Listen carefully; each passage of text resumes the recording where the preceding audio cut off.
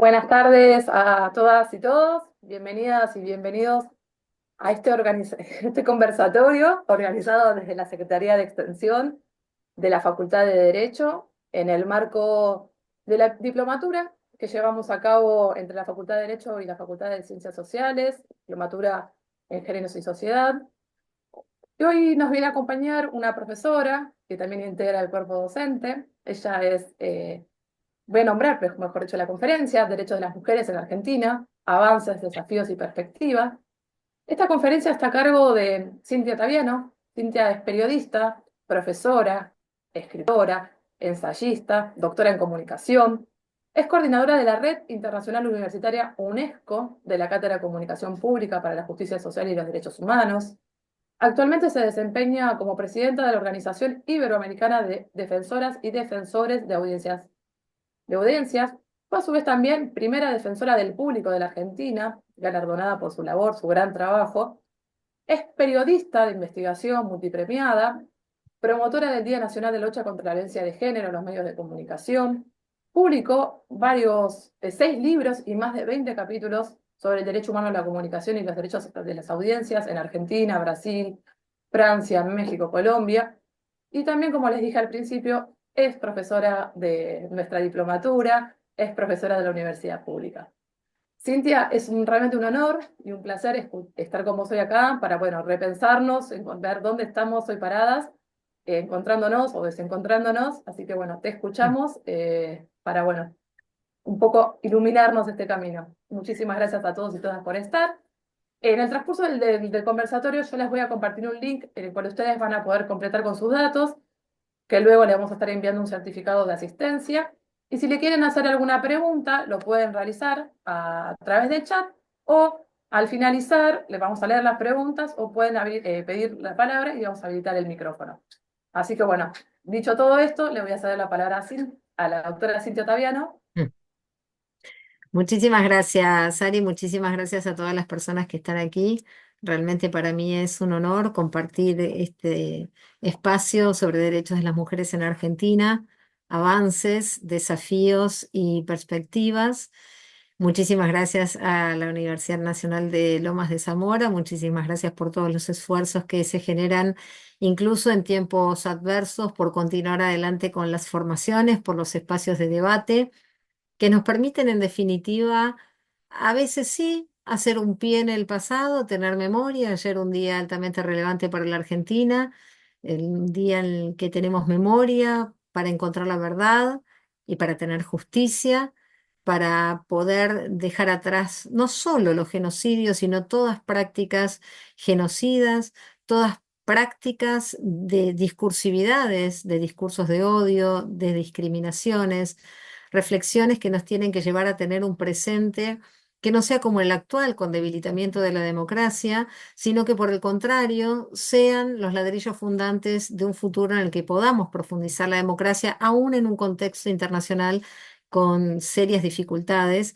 para conseguir espacios de participación plurales y diversos. Así que por eso les decía, me honra esta participación, esta posibilidad de acercar algún punto de vista, de abordar las problemáticas de las mujeres y de las diversidades desde enfoques que son comunicacionales, que pueden ser sociológicos, jurídicos, del trabajo social, de los ciberfeminismos, desde miradas interdisciplinarias, que es una de las realidades que tenemos que empezar a incorporar desde las ciencias sociales, desde las humanidades, pero también desde los cuerpos y las territorialidades, desde los saberes, desde los sentires, y mi invitación va a ser hoy desde los pies y no de la cabeza.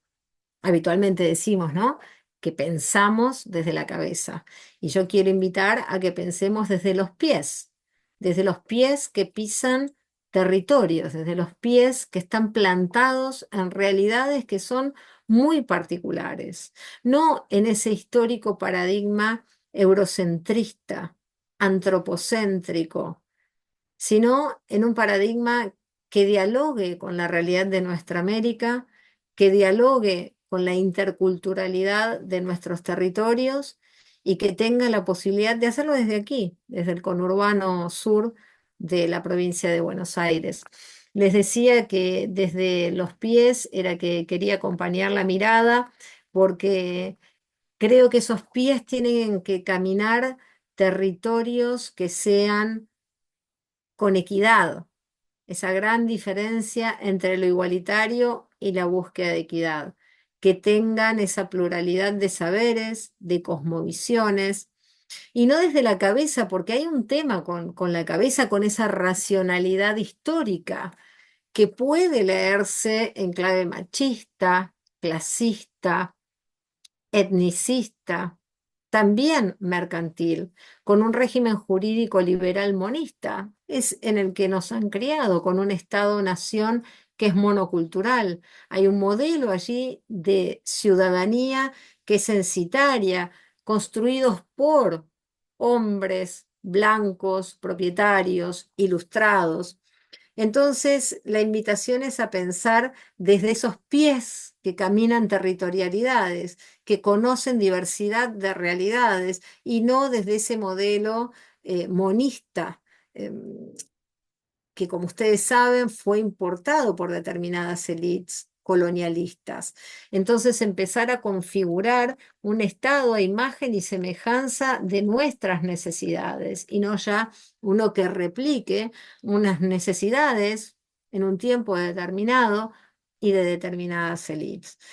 Creo que es necesario empezar a hablar de los feminismos, como les decía también, desde una conceptualización integral desde la perspectiva de cosmovisiones que incorporan a las personas en el marco de un amplio eh, contexto que es mundial, que es global, pero que tiene que ver con formar parte de la naturaleza también, y entonces ahí poder acercarnos incluso a miradas ambientalistas de los feminismos. Desde las universidades, desde una universidad del conurbano, como una construcción del saber, de la investigación, de la ciencia, una común unión que tiene que tener esa necesidad de comprender la comunicación y la cultura como derechos humanos y no como negocios.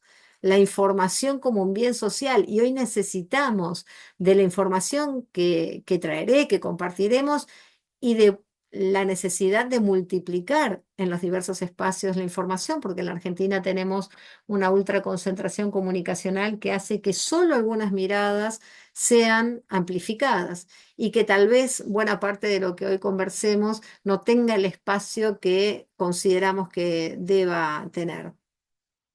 Quería empezar incluso con algo del siglo pasado. No sé si la conocen a Virginia Woolf, cuando se habla de tal vez referentas, de pensamientos, ensayos, escritos vinculados con estos despertares a nuevas miradas para poder ir describiendo cómo es la realidad de la sociedad en la que vivimos.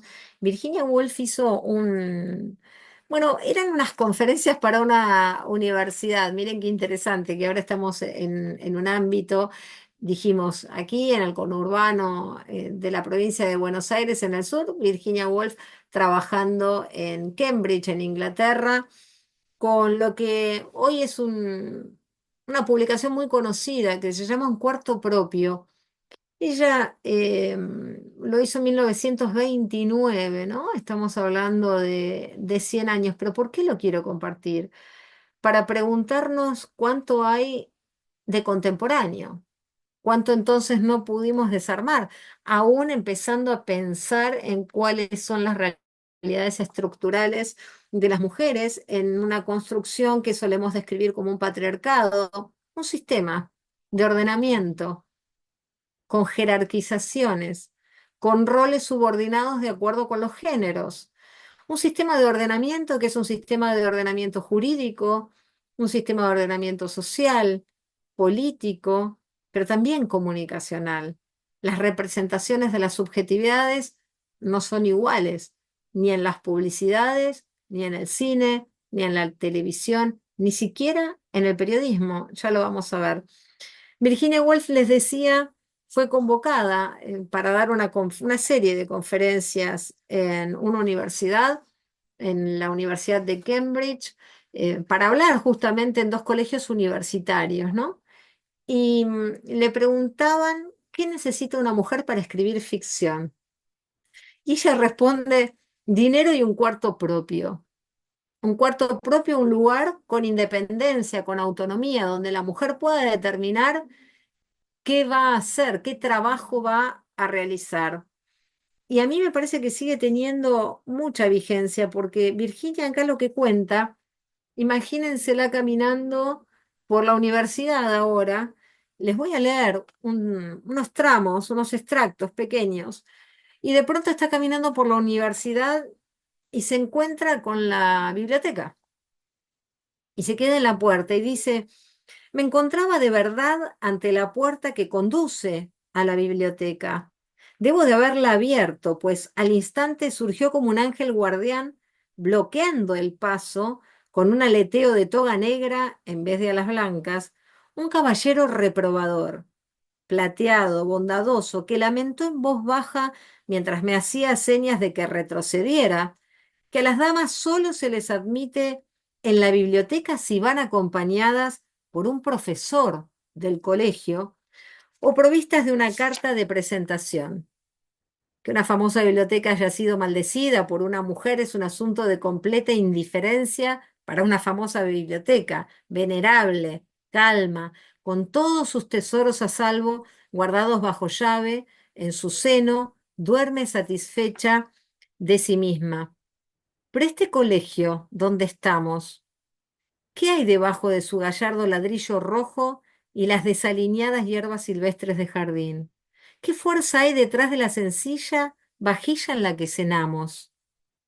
Bueno, dijo Mary Seton alrededor de 1860, se alquilaron cuartos, se reunieron comités, se hicieron reuniones, pensaron cómo podemos recaudar fondos para pagar oficinas.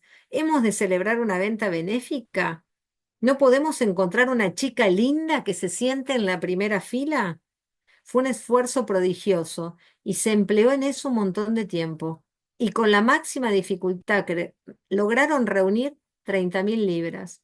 De modo que obviamente las mujeres no podemos tener vino y perdices y sirvientes que carguen bandeja de estaño sobre la cabeza como los varones.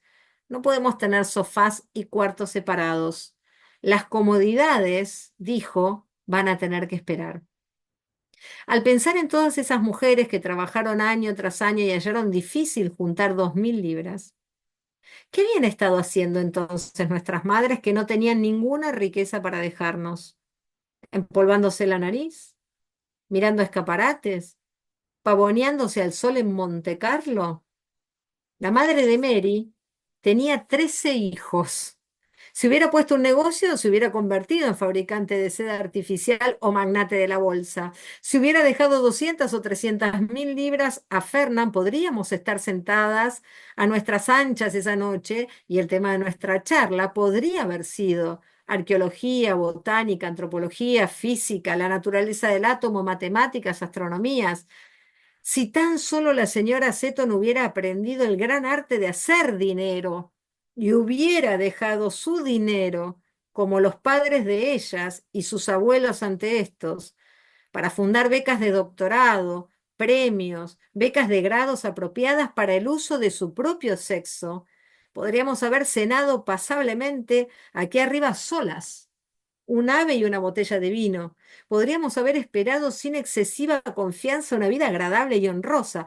Podríamos haber estado explorando o escribiendo, divagando en torno a los lugares venerables de la tierra. Solo que, si la señora Seton y sus semejantes hubieran puesto un negocio a la edad de 15 años, claro, no habría ninguna Mary, pues fundar un colegio exigiría la supresión total de las familias hacer una fortuna y tener 13 hijos, ningún ser humano podría resistirlo. Consideremos los hechos. Primero hay 9 meses hasta que nace el bebé. Luego nace el bebé. Luego hay 3 o 4 meses empleados en amamantar al bebé. Una vez amamantado el bebé, hay con certeza 5 años empleados en jugar y criar al bebé. Si la señora Seton, dije, hubiera estado haciendo dinero, ¿qué clases de recuerdos de juegos y peleas habrías tenido? Pero es inútil hacerse estas preguntas, porque tú nunca habrías llegado a existir en absoluto.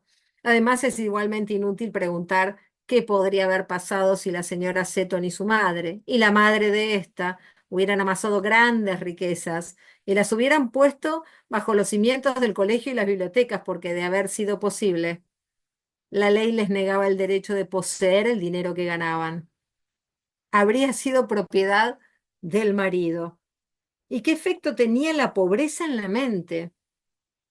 ¿Qué efecto tenía la riqueza en la mente? Y pensé en lo ingrato que es tener que te cierren con llave la entrada. Y pensé en que tal vez es peor que te cierren con llave la salida. ¿Por qué los hombres bebían vino y las mujeres agua? ¿Por qué era tan próspero un sexo y tan pobre el otro? ¿Qué efecto tiene la pobreza en la ficción? ¿Qué condiciones son necesarias para la creación? Acá dijo un poco las respuestas abiertas, ¿no? A todo lo que se plantea Virginia Woolf, que efectivamente son preguntas que tienen vigencia, porque primero me preguntaba, a las bibliotecas ya podemos entrar, entonces, ¿cuáles son esas nuevas bibliotecas, simbólicamente hablando? ¿Cuáles son esos espacios de poder, de conocimiento a los que todavía no podemos acceder? Vivimos hoy en un capitalismo que es de vigilancia, que es de plataformas, que es de financiarización, que van construyendo nubes de datos que no están en el cielo, están en la tierra, que está manejado por un puñado de hombres nuevamente. Porque claro, a medida que leí, seguramente ustedes dirían esto, las bibliotecas ya se puede entrar, hay mujeres que hacen dinero, sí, claro, pero en el nuevo orden mundial que se está construyendo, otra vez son un puñado de hombres bimillonarios, esencialmente de Estados Unidos. Piensen que Estados Unidos y China concentran la mitad de los datos a hiperescala mundial. Tienen el 70% de talento de inteligencia artificial. Ahora, ¿qué participación tienen las mujeres en ese nuevo mundo, en esas nuevas bibliotecas? ¿Podemos entrar? De los 295 millones de usuarios de criptomonedas que hay en el mundo, solo el 15% en 2021 eran mujeres. Hay un reporte global de mujeres, criptodivisas e independencia financiera. De las 378 criptomonedas que se crearon entre 2012 y 2018, 378 les estoy diciendo, ¿eh? ¿Cuántas fueron fundadas por mujeres? Una. Todavía hay una masculinización de muchos ámbitos, como era la biblioteca para Virginia Woolf. Ahora hay ámbitos digitales a los que las mujeres no estamos pudiendo entrar. Incluso el ámbito de las ciencias duras, de las ciencias exactas, que son tan necesarias para este desarrollo del nuevo mundo, igual que las ciencias sociales, es cierto, pero pensemos en los ámbitos científicos y pensemos en estos espacios digitales. ¿Hay verdadera accesibilidad? ¿Para quiénes? En todo caso, me gustaría compartir algunas estadísticas vinculadas con las ciencias. A nivel global, la UNESCO ha dicho que la participación de las mujeres en las ciencias es del 29% del total del personal de investigación, menos de un tercio a nivel global. Y ocurre que en las categorías más altas y los cargos de investigación de mayor jerarquía, ¿qué pasa? El nivel de mujeres baja. A eso le llamamos techo de cristal, a esa imposibilidad de ascender en igualdad de condiciones. Un poco por lo que contaba Virginia Woolf, ¿no? Porque todavía tenemos las tareas de cuidado a cargo. Ella decía, imagínense, 13 hijos tuvo, ¿cómo va a ser? Para criar 13 hijos y a la vez fundar una escuela, etcétera. Con todo el tiempo que lleva. La necesidad de compartir las tareas de cuidado, de empezar a reflexionar entonces, cada uno de nosotros, de nosotras, de nosotres, ¿cuántas horas le dedicamos al hogar, a ese mundo en apariencia de lo privado?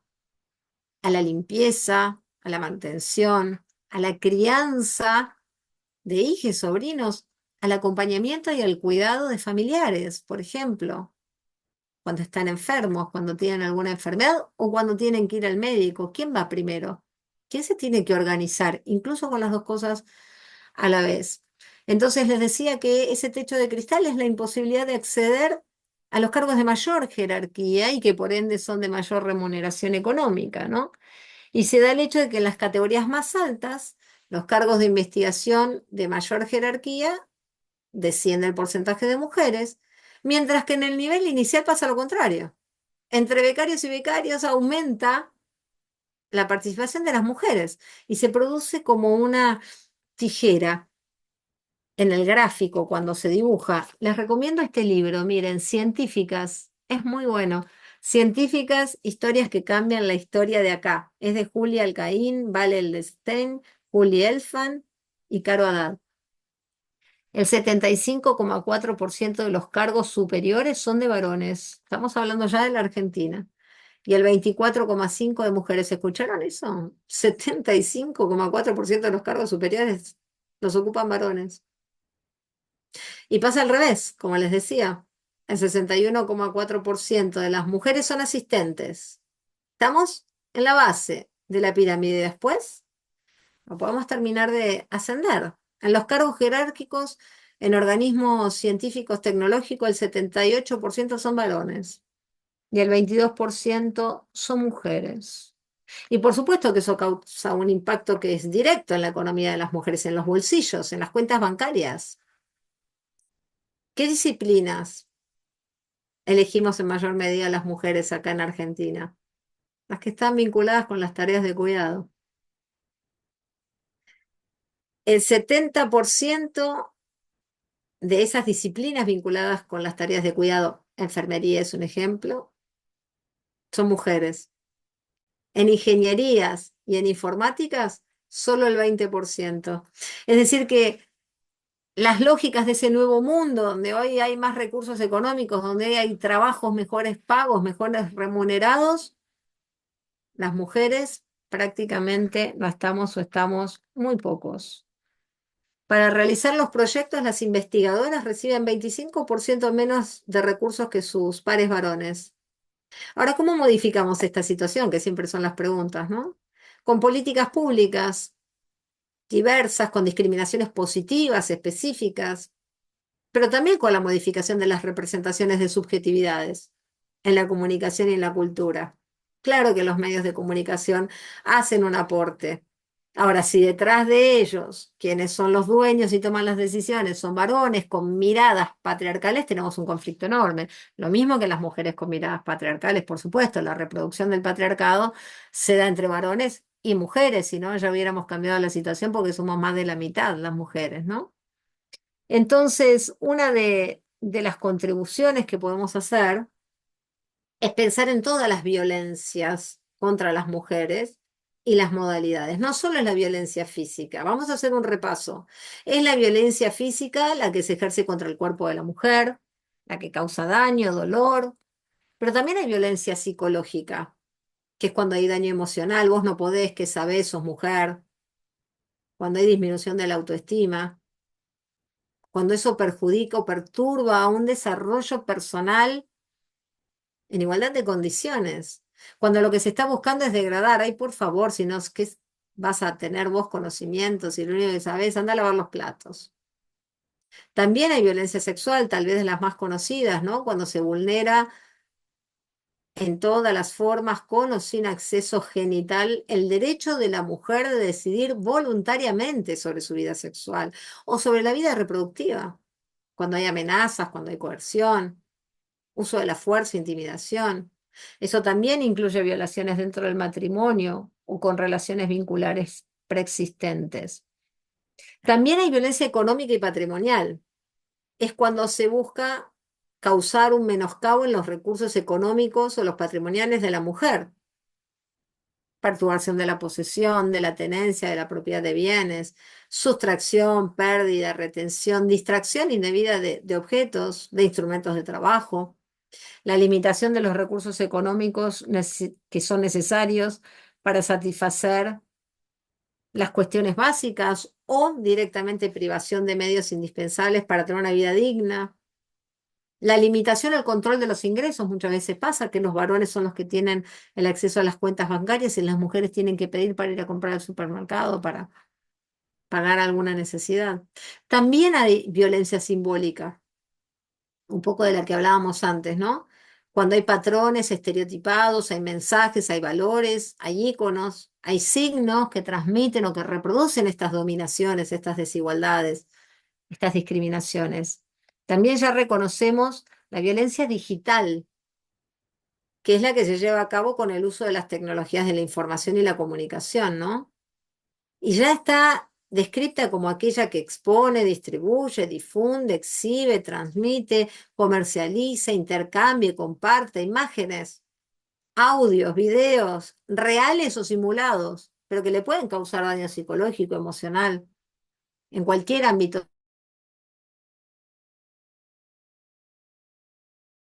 de la violencia.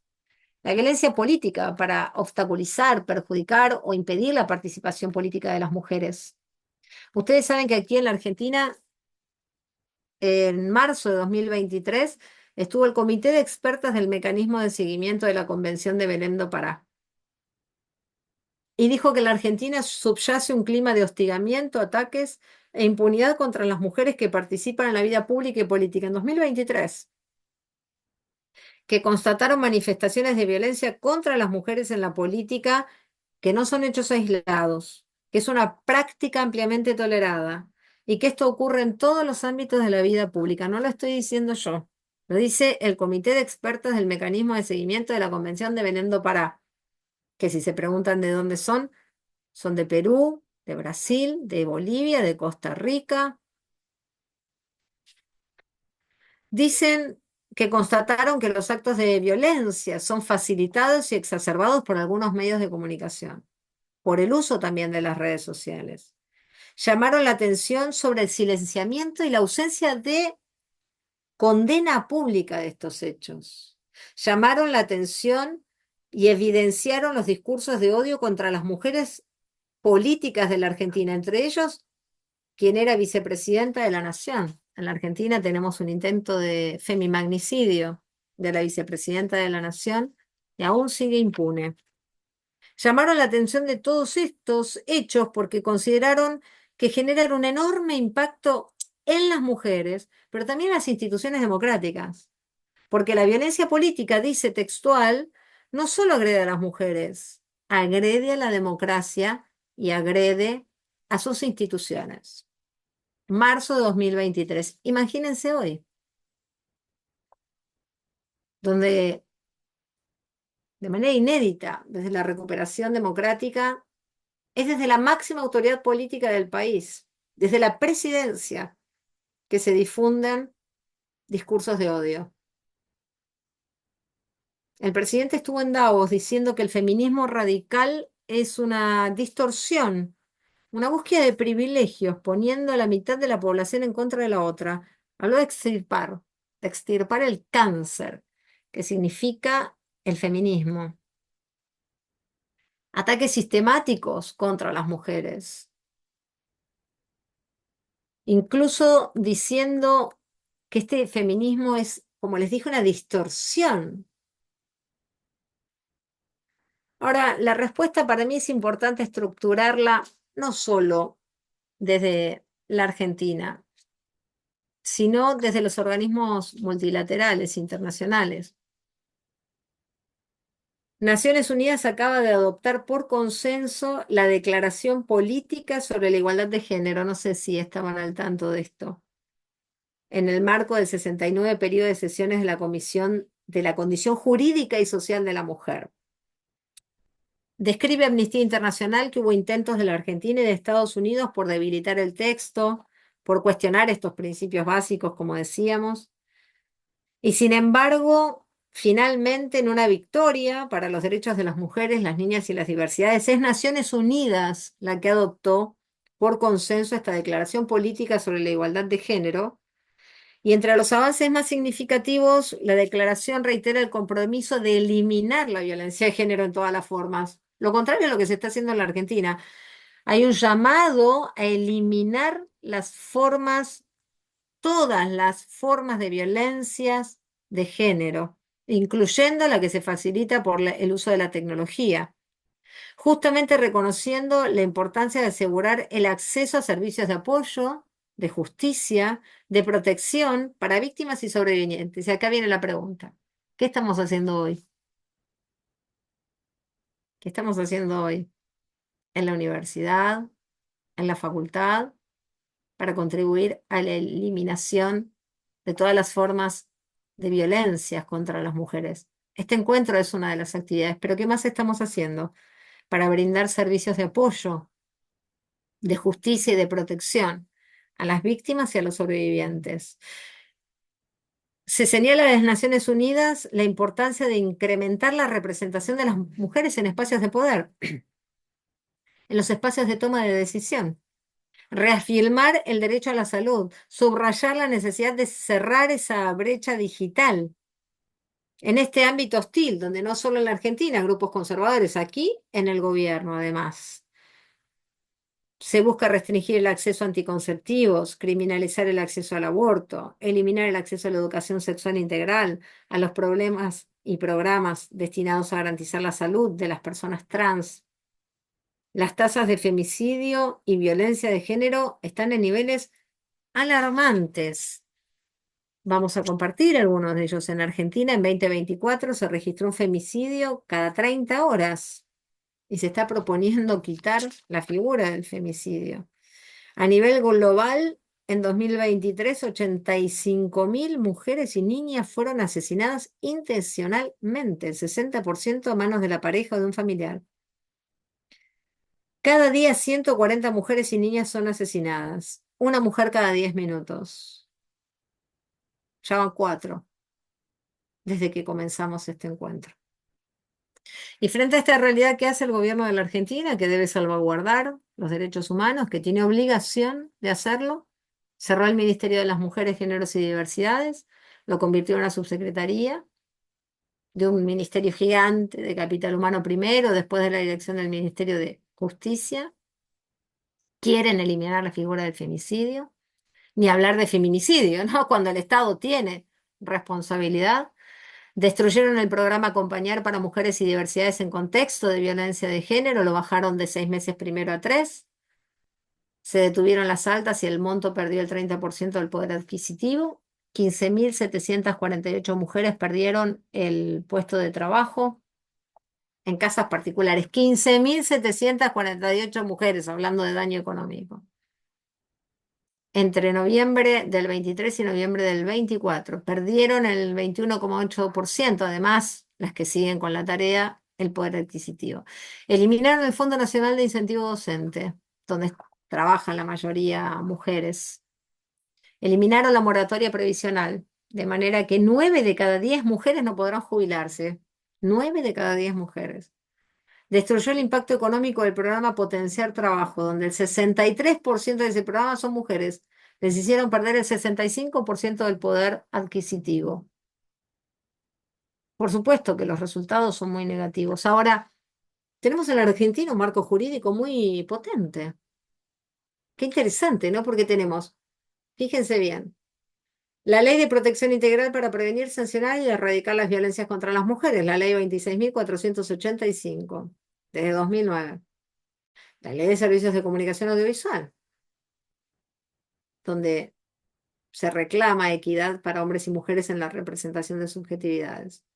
Para niñas también, preservación de las niñas, niños y adolescentes. La Ley 26.743 de Identidad de Género, que reconoce el derecho a las personas a ser tratadas y registradas igualmente con la identidad genérica autopercibida y reclama trato digno. La Ley 26.176, que tuve el honor de promover el Día Nacional de Lucha contra la Violencia de Género en los medios de comunicación, fue ahora el 11 de marzo. No sé si se enteraron. Deberían haberse enterado porque el Estado tiene obligación de hacer acciones y campañas de concientización en esa jornada. La Ley 26.791, que agrava los homicidios relacionados con la violencia de género, que tipifica la figura del feminicidio, de femicidio, perdón, y los crímenes de odio en el Código Penal. la ley 27.499 o la ley Micaela de capacitación obligatoria en género y violencia contra las mujeres en la función pública, en todos los niveles, en todas las jerarquías, todos los poderes del Estado. ¿Lo están haciendo o no? Están incumpliendo la ley. ¿Y qué pasa? La ley 27.000, perdón, 635 de equidad en la representación de géneros en los medios de comunicación. Basta recorrer las programaciones, basta escuchar los lenguajes para ver cómo se incumple. Entonces, ¿cómo reflexionar? Que los marcos jurídicos solos no alcanzan, que es nuestra obligación consagrar derechos en marcos jurídicos, pero ¿qué hacemos para su aplicación? ¿Cómo podemos reconocer que primero la problemática es social, es cultural, también es económica, no es solo jurídica? Por eso, para cerrar y poder tener un tiempo de intercambio, quedamos con Ari, les voy a leer un cuento de un autor argentino, Juan Solá, un cuento que se llama La negra de mierda. Y quiero leer ese cuento para que reflexionemos cuántas veces estuvimos en el lugar, es muy cortito, de los personajes que son relatados ahí. Cuánto hay de problemática social profunda en el marco de una batalla cultural, sin duda, para poder modificar la realidad. Este cuento corto de Juan Solá dice, mirá la negra de mierda. Mirá cómo lleva a los nenes en la motito, tres gurisitos sin casco, cagándose de frío, y la negra con ese culo enorme que ocupa todo el asiento, qué hija de pu. Mirá, mirá cómo lleva a la pendejita medio dormida, casi cayéndosele de esas piernas gordas de tanta cerveza y torta frita. Mirá el otro ahí atrás, agarradito como puede, tiritando, pobrecito, y mirá cómo lleva al bebé, qué negra hija de mil putas, metido adentro de la campera, qué inconsciente de mierda. Ojalá te saquen los hijos. Ojalá se muera esta negra de mierda. La camioneta arrancó, rabiosa, y se perdió calle abajo, zambullendo a la negra y sus crías en una nube de humo pegajoso. El que iba atrás tosió un poco y la motito se paró. El señor del bolsito gris bocinó con furia a sus espaldas y le ordenó que se moviera, pelotuda, la que te parió, movete. La negra en la falda, la nena, abrió los ojos despacito y preguntó si faltaba mucho. La madre le apoyó la mano temblorosa sobre la frente sudada. Comprobó que la fiebre seguía ahí y murmuró, no, no, mi amor, así, triste y suavecito, como los quejidos del nazareno que llora acurrucado contra las tetas tibias, o como el 5 por 6 30, 5 por 7 35, que el Ismael recita con los brazos envolviéndole la panza llena de pan y mate cocido, porque el otro día tiene prueba. Y la Brenda tiene fiebre, y el Nazareno llora de hambre, y a esa hora el colectivo no entra al barrio, y el Mario que no aparece desde la semana pasada, y la motito que se para cada 5 cuadras, y el hospital que todavía está lejos, y doña Esther que le dijo que para qué iba a tener otro hijo a los 22, que mejor abortara, y el Ismael que cada tanto dice que tiene frío, y la negra que se queda dormida, y esta negra de mierda que le pide al Ismael que diga las tablas más fuerte para que escuche la Brenda para que no se duerma la Brenda, mientras que a ella le arden los ojos de tanto aguantarse las ganas de llorar de miedo. Este cuento, La negra de mierda, nos hace preguntarnos, ¿habremos estado alguna vez en esa moto? ¿Podemos ponernos en las ropas de esa negra de mierda? ¿Cuántas veces podemos haber estado en la camioneta, en el bolsito, en el auto y en el asiento del acompañante? ¿O en la calle viendo, escuchando todo y no te metas? ¿Cuántas veces habremos tenido que salir de situaciones complejas, aplastadas por estas interseccionalidades, ¿no? Ser migrante, sin recursos económicos, sin formación, mujer. ¿Cuántas veces nos habrán gritado del auto? ¿Y cuántas nos callamos estando en el auto? ¿Cuántas veces construimos estereotipos mirando, diciendo cuántas juzgamos? Yo creo que es fundamental que podamos reflexionar en torno de cómo esas praxis sociales tienen que ser transformadas.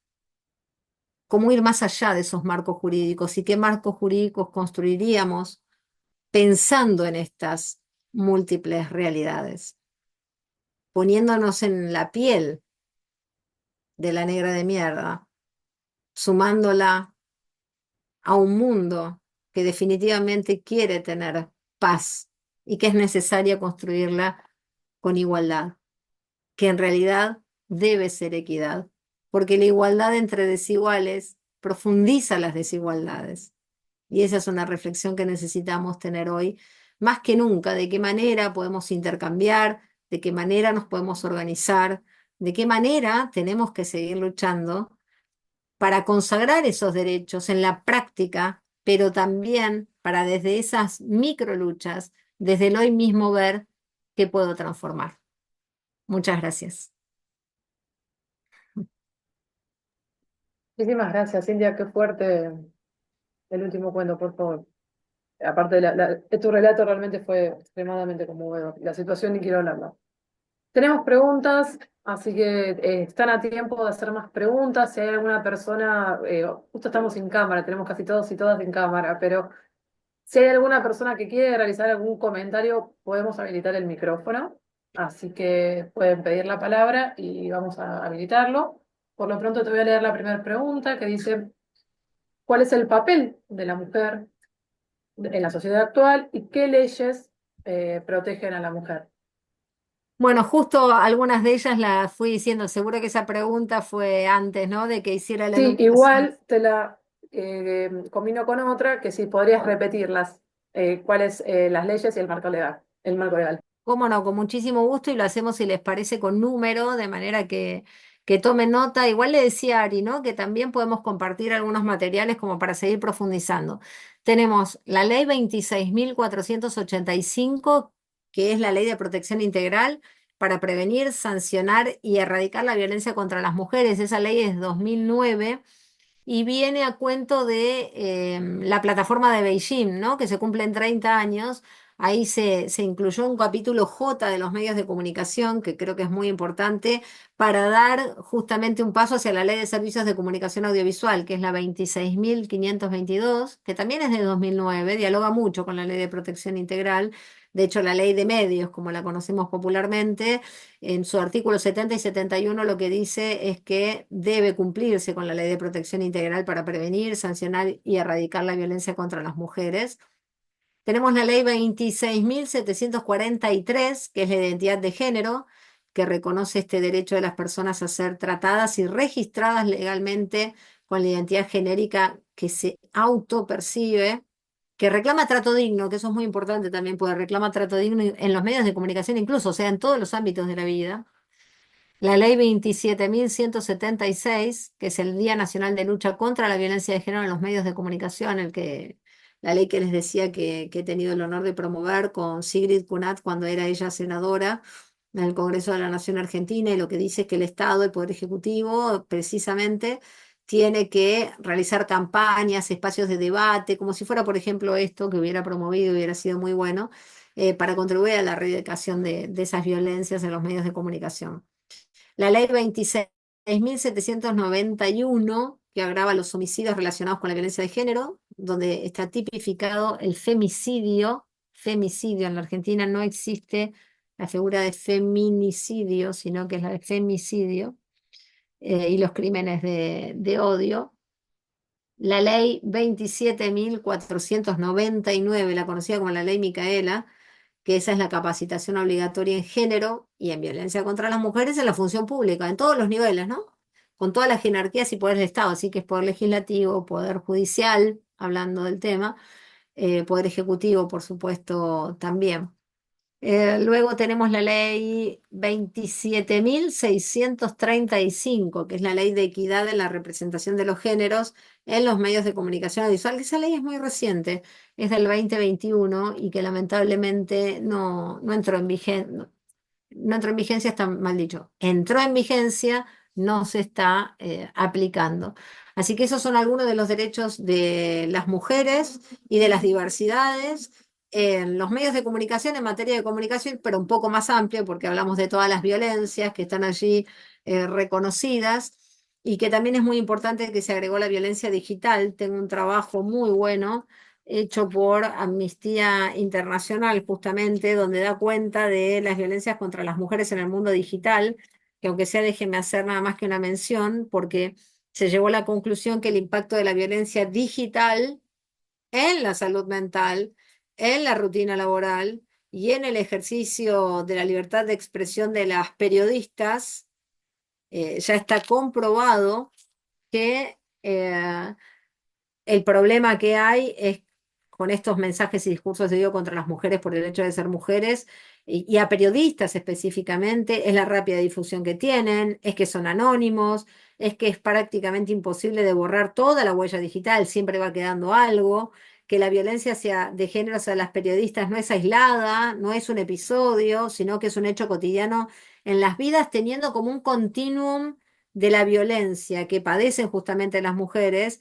que va emergiendo, dice Amnistía Internacional, de la misoginia, de esta desigualdad estructural de género socialmente arraigada. De ahí tenemos la ley Olimpia para mencionar, que me parece muy importante eh, que la puedan tener en cuenta. El 90% de las mujeres encuestadas, de periodistas estamos hablando, dicen haber sido víctimas de violencia, denunciaron haber sido agredidas por cuentas anónimas y están esos ataques orientados a disciplinarlas, a silenciarlas. Así que imagínense qué complejo que es el escenario, porque decimos que necesitamos voz pública y a su vez se van reconociendo en los nuevos mundos, como es el mundo digital, como es el mundo de Internet, pensando en una dimensión histórica, es un mundo muy reciente que no solo reproduce esas desigualdades, sino que genera nuevas formas de disciplinamiento para silenciarnos, ¿no? Y para mandarnos de nuevo a los espacios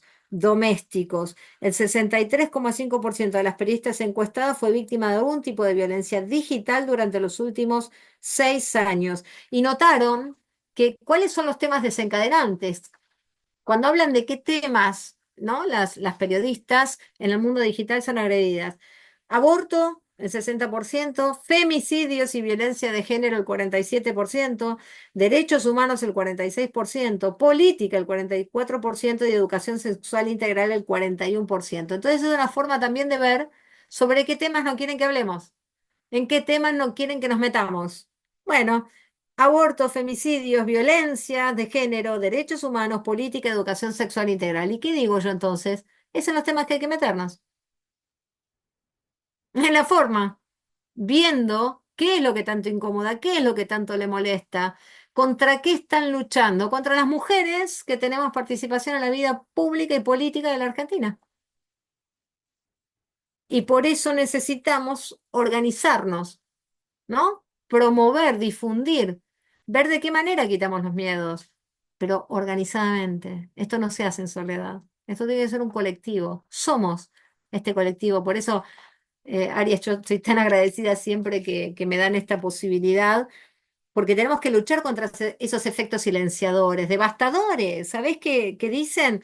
El impacto en la salud mental de las periodistas. Casi 3 de cada 10 se sintieron físicamente inseguras en situaciones de violencia. 7 de cada 10 viven con temor frente a la posibilidad de ser víctimas de amenazas. 6 de cada 10 dijeron que el temor también se extiende a la posibilidad de tener ataques fuera del ámbito digital, en este continuum de violencia, ¿no es cierto? 2 de cada 10 buscaron ayuda médica o psicológica. Nos terminamos yendo nosotras siempre de los espacios. En realidad nos terminan empujando, ¿no? Pero parece que al final el victimario se queda y nosotros nos tenemos que ir. No. Creo que podemos agregar, Cintia, me tomo este atrevimiento, un claro ejemplo de lo que pasó con la docente de la UBA de la semana pasada, que la escracharon, o sea, tuvo un intercambio con una estudiante en los pasillos de la UBA, escracharon en las redes sociales y fueron a la casa. O sea, publicaron en la dirección de esta docente y fueron a escracharla a la casa. Estamos Sí, es hablando. ese continuum de violencia y que además, mira, te agrego que solamente el 7% denunciaron estos ataques en el Poder Judicial porque, ¿qué pasó? Dice el informe de Amnistía Internacional, el Estado no realiza los esfuerzos necesarios para abordar de manera efectiva la violencia digital y dar soluciones oportunas y eficaces. Ya un Poder Judicial que es totalmente complejo el acceso, totalmente desigual, ni hablar de las interseccionalidades. Anda a denunciar siendo mujer, sin recursos económicos, a veces sin los recursos educativos, una denuncia sobre violencia de género. ¿Cuál es la respuesta que se da? Por eso es tan importante en este ámbito fortalecer si tienen servicios de asistencia jurídicos para poder contribuir a esta lucha tan compleja, porque nunca pasó de la recuperación democrática, que es el presidente el que alienta con los discursos de odio, la máxima autoridad política, profundiza las desigualdades. Claro que es compleja la situación, porque el Estado tiene obligación de prevenir, proteger, investigar, sancionar y reparar a las víctimas de los actos de violencia de género. No es una idea mía, es lo que está garantizado en las leyes, que tiene una, ¿no? Una cúspide que se encuentra en la Carta Magna. Entonces, todos los actores que están involucrados, en este caso que hablamos de los medios de comunicación, el Poder Judicial, las propias empresas periodísticas, pero también las empresas en general, porque hay violencia laboral, hay violencia sexual en los ámbitos de trabajo. El conjunto de la sociedad debería estar dando esta lucha. Y cuando la cosa se pone difícil en el plano local, también hay que usar los escenarios internacionales. Eso nos han enseñado las madres y las abuelas de Plaza de Mayo, ¿no es cierto? Cuando no había posibilidades, porque en el plano local, obviamente en el marco de una dictadura no estaban dadas las condiciones, bueno, fueron afuera. Yo ahora voy a viajar a México y también voy a hacer la denuncia. Hay que ir en todos los espacios que se... Pero de manera, como les decía, reflexiva y organizada. No se trata de exponerse para ser una víctima de violencia, sino de poder organizarse con este colectivo, con este conjunto, en los ámbitos académicos, sociales, barriales, de militancia en el marco de la iglesia, no importa cuál sea el espacio en el que uno puede ir, recurrir a otras personas. Organizarse en el barrio también. Yo acá en mi barrio tengo un grupo. Tenemos un grupo de mujeres que nos fuimos conociendo en la calle, en la verdulería, la carnicería, haciendo las compras en la mercería, pero contándonos los problemas que tenemos. Esa es una gran virtud de las mujeres, que enseguida nos vamos contando. Y bueno, contándonos las cosas que nos pasaban, nos empezamos a organizar. Éramos 2, 3, 10, ahora somos 40.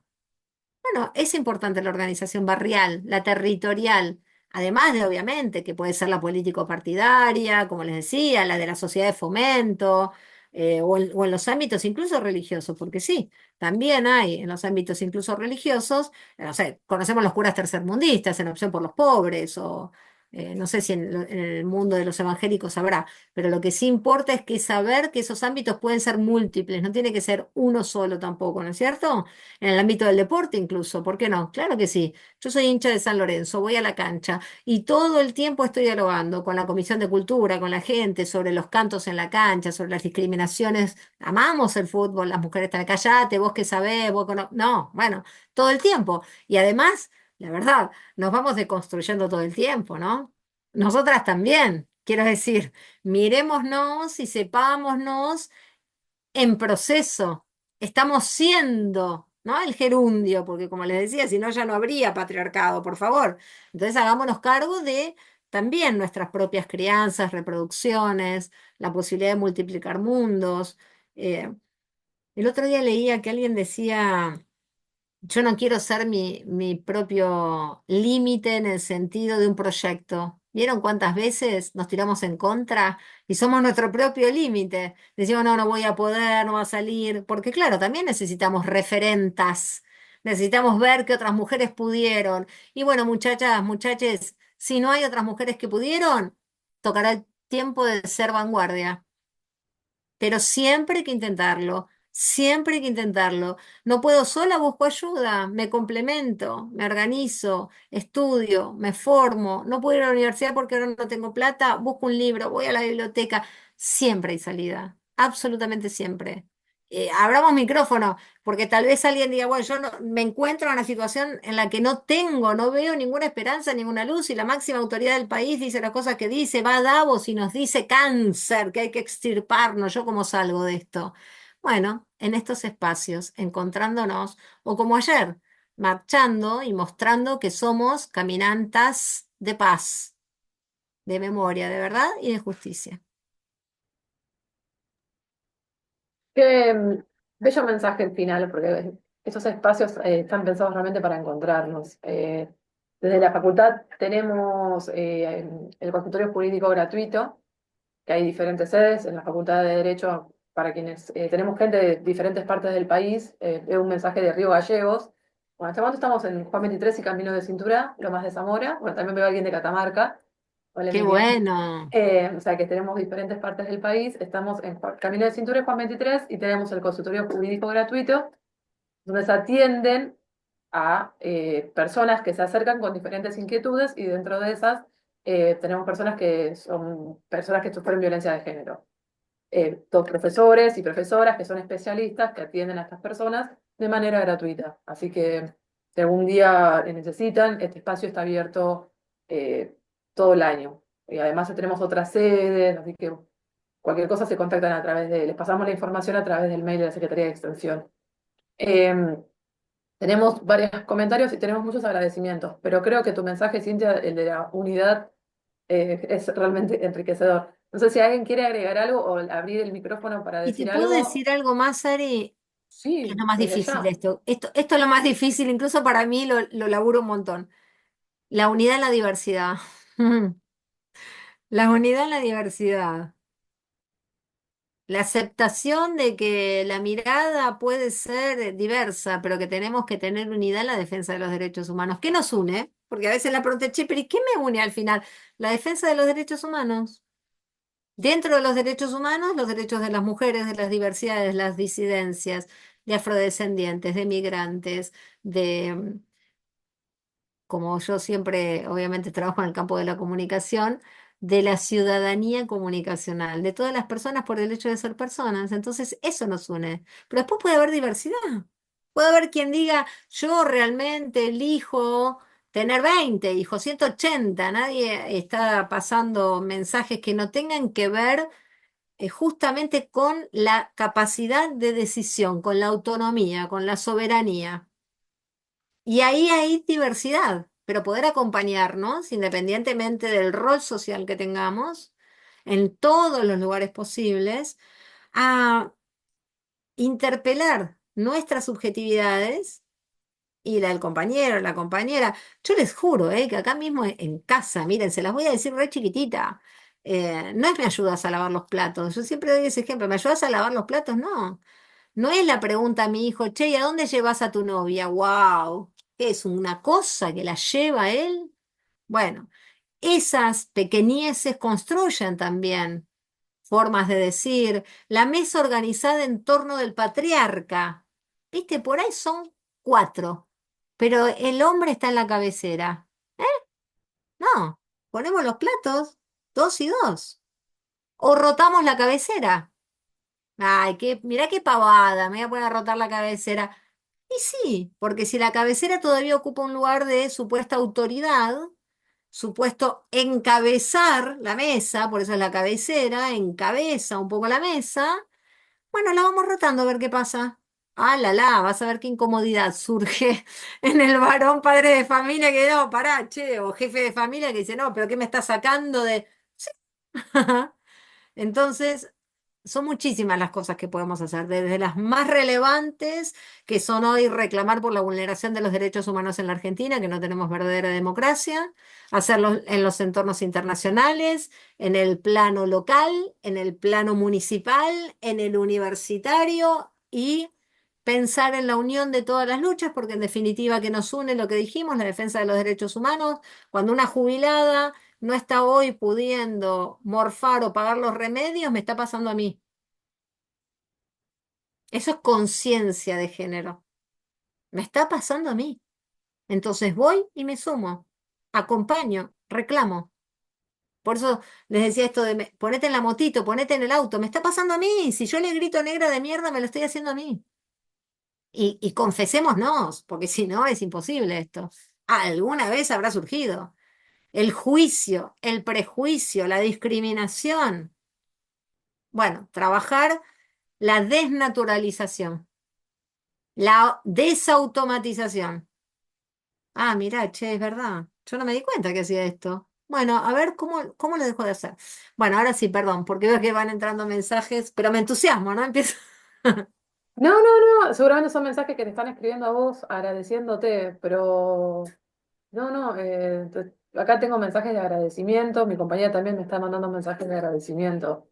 Eh, yo no tengo mucho más para agregarte porque, insisto, creo que el encuentro es el punto clave, ¿no? Y tenernos paciencia, estamos todos y todas teniendo complicaciones, hay que tenernos paciencia un poco más en nosotros mismos, ¿no? Que estamos muy exasperados, cada uno con su problemática, eh, encontrémonos, veamos cómo buscar, generar esto, ¿no? Estos espacios de colaboración, de amor, ¿no? Porque justamente estamos con Total. mucha violencia. Y yo te Eso gustaría que hacerte decís, una sí. última consulta para ya cerrar, es cómo hacemos para dar respuesta o cómo desde la comunicación para dar respuesta a tanto discurso de odio. No se contesta, se contesta. Sí, sí, se recontra contesta. Porque, por ejemplo, los que veíamos en las redes esta semana con del video de ayer de la memoria, no se comparte.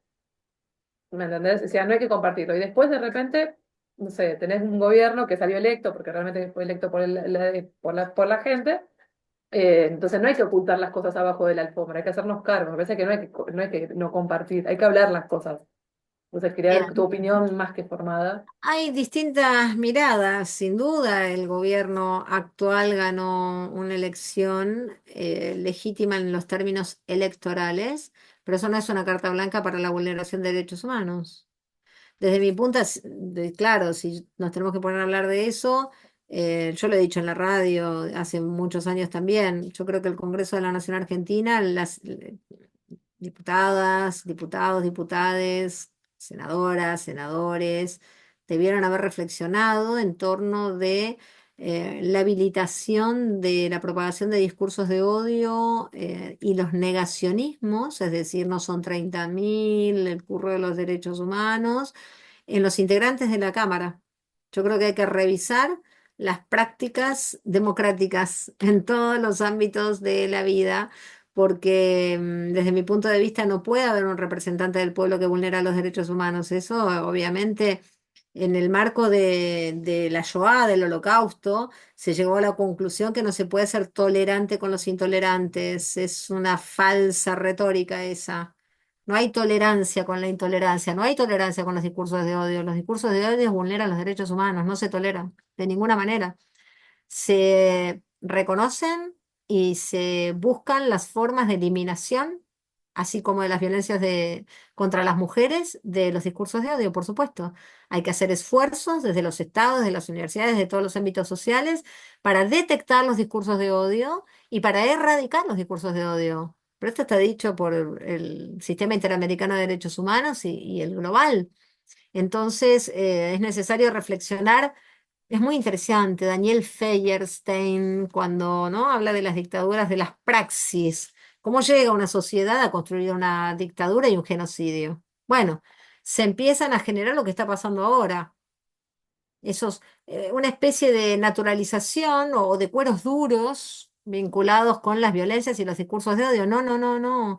Vera Jarach, una de las madres de Plaza de Mayo, una vez nos enseñó, es contra el terrorismo de Estado, contra los discursos de odio y contra el silencio. No se avala con el silencio, porque el silencio lo que hace es habilitar, es legitimar. No, se rechaza, se dice, se enuncia, no. Ahora, por supuesto, yo no voy a reproducir un discurso de odio. Si no lo contextualizo, si no explico que es un discurso de odio, si no hago algún tipo de cancelación, bueno, lo estoy reproduciendo. Entonces, hay muchas formas en el ámbito de una comunicación concentrada. ¿Por qué no nos podemos acercar a los móviles de los programas de televisión cuando están en la plaza transmitiendo y decir lo que está pasando en la Argentina? Que están en vivo, por ejemplo. ¿Por qué no puedo reclamar en los medios de comunicación? Si la comunicación es un derecho humano, ¿por qué no puedo generar una comunicación alternativa? ¿Por qué no puedo tener praxis universitarias en la propia radio, en los medios universitarios que tienen que tener para mí cada vez más volumen? Generar espacios de participación donde yo pueda visibilizar las problemáticas que tenemos hoy. Y esas problemáticas están todo el tiempo en los medios de comunicación. Hoy hay un nivel, reclamar por la Defensoría del Público. La Defensoría del Público de Servicios de Comunicación Audiovisual está intervenida. Tienen intervenida la televisión pública. Tienen intervenido los medios de comunicación públicos. Nos van robando de a poco. ¿Vieron como lo que se explica siempre, no sé si lo tienen presente, lo del sapo? Si vos pones un sapo en una olla, en una sartén, con un fueguito muy lento, el tipito se va quedando. Si le pones un fuego fuerte, salta. Bueno, lo que nos está pasando es que hay un fuego fuerte que no se percibe como tal y que parece un fueguito de a poquito. Y nos van cocinando porque cada día pasa una cosa peor. Ahora, ¿cómo pensamos en multiplicar las cosas buenas como la de ayer? Una marcha, una movilización, un reclamo, como les decía, caminantes en paz, con los pies, pensar con los pies desde las territorialidades, desde lo que nos pasa, desde lo que vivenciamos. Entonces me parece que eso es muy importante. Y claro que sí, en un escenario de noticias creadas a propósito falsas, a mucha velocidad, que parecen creíbles, hay que hacer enormes esfuerzos por no seguir difundiendo, ¿no? Es el impulso, una de las cosas que es- obviamente lo han hecho estudiando nuestro comportamiento porque estamos siendo observados 24/7, minuto, segundo a segundo, microsegundo a microsegundo. Entonces los impulsos, la apelación a las emociones, los niveles de violencia, Ari, tal como los decís, incluso en los delitos que se han incrementado son con mayores niveles de violencia, lo podemos percibir en la calle todo el tiempo, hay irritabilidad. Hay un nivel de impaciencia total y absoluto. Entonces es muy difícil porque vamos a contracorriente.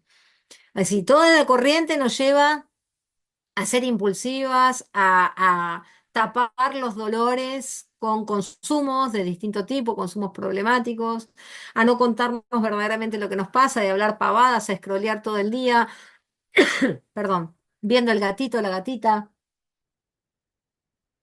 el perrito, el conejite, que no sé qué pavada hace, que está bien, puede ser divertido, pero la conexión tiene que ser consciente. La vida tiene que ser consciente. Entonces, a caballo de que veo el perrito, el gatito, el miu miu, el pipiú, pichi, chichi, pli, pli, pli, qué divertido el bailecito que estoy haciendo. Me cuesta mucho concentrarme, me cuesta leer un libro. Empiezo con un WhatsApp y termino en cualquier lado, porque es otro, nos van conduciendo de un lugar al otro y al final le decís, che, ¿para qué entré yo? ¿Vos sabés que había entrado para buscar algo y no me acuerdo qué? Eso nos pasa a todas. O te levantás para ir al baño y mirás el WhatsApp a ver si alguien me mandó un mensaje. Y después del WhatsApp te vas a no sé qué aplicación o alguien te mandó un link, te metió en TikTok. Después, es un lío bárbaro. Entonces, todo este capitalismo lo que busca es la dispersión, justamente la banalización, la incorporación de la crueldad como práctica posible. Hay un montón de videos donde la gente se cae y el otro se ríe. Y vos decís, che, pero se cayó, ayúdala. Hay otro relato posible de la vida. Si alguien se cayó y se lastimó, otro la puede estar ayudando. No matándose de risa, ja, ja, ja, ja, ja, y ese es el video. Ah, cuanto más daño le sufre la otra persona, más me divierto. ¿Qué es esto? Entonces, poder reflexionar también cómo esas prácticas de la crueldad se van multiplicando, las Netflix o las plataformas en general, una construcción del audiovisual de las violencias permanentes, cada vez en primeros planos más agresivos de violencias, cómo van naturalizando la violencia como práctica social, ¿no? Y cómo eso ocurre incluso desde Estados Unidos, que por supuesto que lo pasan en la vida real en su intervencionismo y en guerras propagadas por todo el mundo, ¿no? Que hemos ya visto vulneraciones a los derechos humanos. A ver, en la movilización del otro día había policías sacándose selfies reprimiendo a las jubiladas.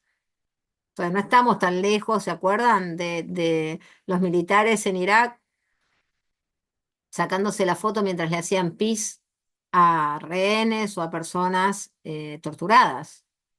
Se estaban haciendo selfies en la represión, que es como vulneración de derechos humanos, porque le tiraron a la cabeza a un periodista, fotógrafo, que lucha por su vida. Entonces, atención con las cosas que pasan y con las que replicamos a veces, que parecen una pavada, porque alguien iba en una bicicleta, se cayó y todo el mundo se mata de risa, y que eso que volvemos a los bloopers de los 90 donde otra vez, ¿no? Entonces, fíjense cuántas cosas parecen de la vida cotidiana, que no tienen importancia y pueden tener una densidad que me lleve a reflexionar cómo pretenden de mí esa superficialidad, falta de concentración y sobre todo falta de compromiso.